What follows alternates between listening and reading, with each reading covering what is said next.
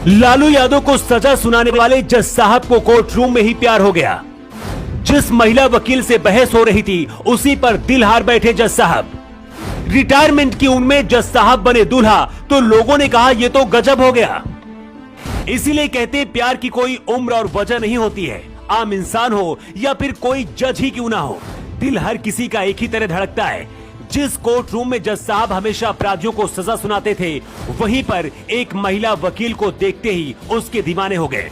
नूतन तिवारी ने भी शायद कभी ऐसा नहीं सोचा रहा होगा कि जज ही उनके प्यार में पड़ जाएंगे।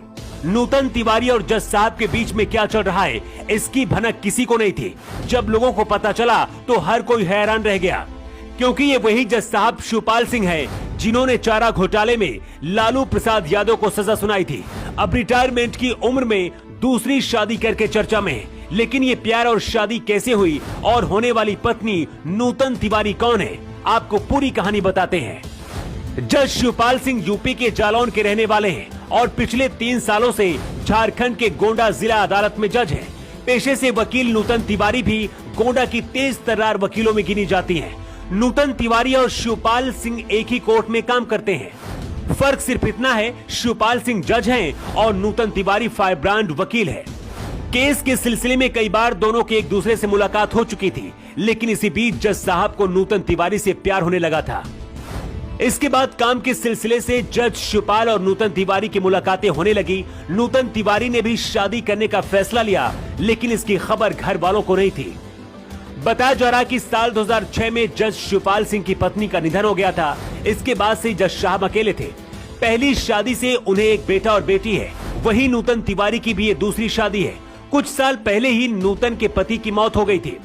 दोनों को ही एक हमसफर की तलाश थी, लेकिन किसी को ये उम्मीद नहीं थी कि अपनी ही कोर्ट रूम की वकील पर जज साहब को प्यार हो जाएगा।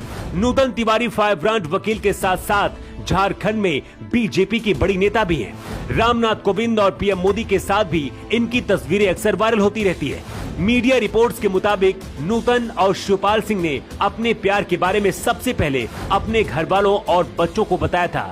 जब परिवार और बच्चों ने इसकी इजाजत दी, इसके बाद दोनों ने लव मैरिज का फैसला किया। जज साहब की उम्र करीब 59 साल हो चुकी है। यही वजह कि रिटायरमेंट की उम्र में जब दूल्हा बने तो हर तरफ इस शादी की चर्चा हुई।